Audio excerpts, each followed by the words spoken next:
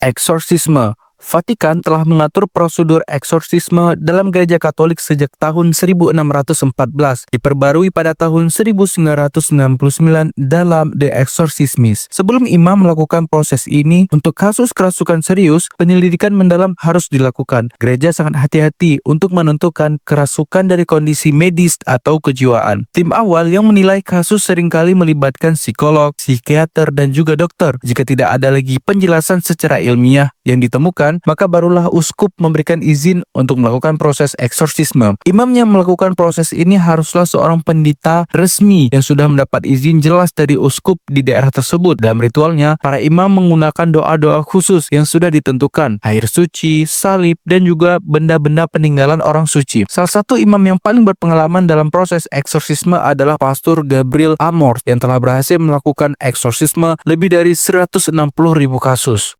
Ruqyah syariah adalah pembacaan ayat-ayat suci Al-Quran dan juga doa-doa yang sudah diajarkan oleh Nabi Muhammad SAW. Tujuannya adalah untuk mencari kesembuhan, perlindungan dari gangguan jin, sihir, ataupun penyakit lainnya. Berbeda dengan proses eksorsisme yang melibatkan prosedur formal oleh imam yang ditunjuk, ruqyah dapat dilakukan oleh setiap muslim yang memahami Al-Quran dan Sunnah dengan keyakinan penuh kepada Allah Subhanahu wa Ta'ala sebagai satu-satunya pemberi kesembuhan. Tekniknya sederhana, yaitu dengan membacakan ayat-ayat Al-Quran tertentu seperti surah Al-Fatihah, ayat kursi, dan 3 surat terakhir daripada surah Al-Quran, yaitu Al-Ikhlas, Al-Falaq, dan juga surah An-Nas. Terkadang, pembacaan ini disertai dengan tiupan lembut pada tubuh orang yang sakit, atau ditiupkan ke dalam air untuk diminum dan juga digunakan untuk mandi. Salah satu sosok yang sering melakukan praktek ruqyah syariah di Indonesia adalah Ustadz Muhammad Faizar Hidayatullah. Yajna. Dalam tradisi Hindu, salah satu ritual kuno dan ampuh untuk mengusir setan adalah yajna atau upacara persembahan api suci. Ritual ini diyakini bisa menciptakan kekuatan spiritual yang dahsyat. Caranya adalah dengan melakukan persembahan seperti biji-bijian, mentega murni, rempah-rempah, kayu bakar, dan juga bunga yang kemudian dimasukkan ke dalam api suci yang disebut Agni. Umat Hindu meyakini bahwa Agni adalah jelmaan dari dewa api. Selama proses ini, mantra-mantra suci dari kitab Weda dan juga kitab-kitab suci Hindu lainnya dilantunkan dengan cermat. Setiap mantra diyakini memiliki gentaran dan juga kekuatan tertentu yang memohon bantuan ke para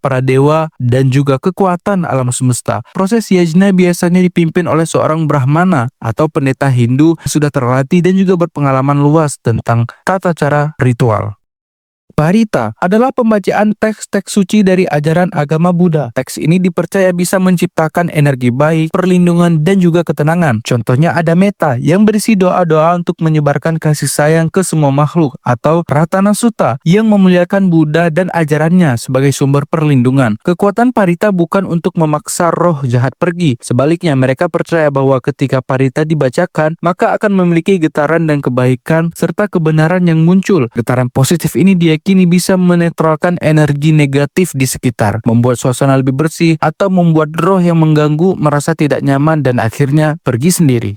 Ibra al-Masru. Proses ini dipimpin oleh seorang rabi, yang itu pemimpin spiritual Yahudi yang ahli dalam ajaran mistis Kabbalah. Selama ritual, rabi akan melafalkan doa-doa khusus ataupun ayat-ayat suci dari kitab Mazmur. Doa ini bertujuan untuk memohon kepada Tuhan agar diberi ketenangan. Proses ini terkadang melibatkan tiupan shofar, yaitu sebuah trompet dari tanduk domba. Suara yang dihasilkannya diyakini dapat membersihkan suasana dan mengusir roh jahat. Dalam beberapa kasus, ritual ini biasa dilakukan di hadapan minyan, yaitu kumpulan 10 pria Yahudi dewasa yang diperlukan untuk beberapa upacara keagamaan. Kehadiran mereka dipercaya dapat menambah kekuatan spiritual pada sesi tersebut.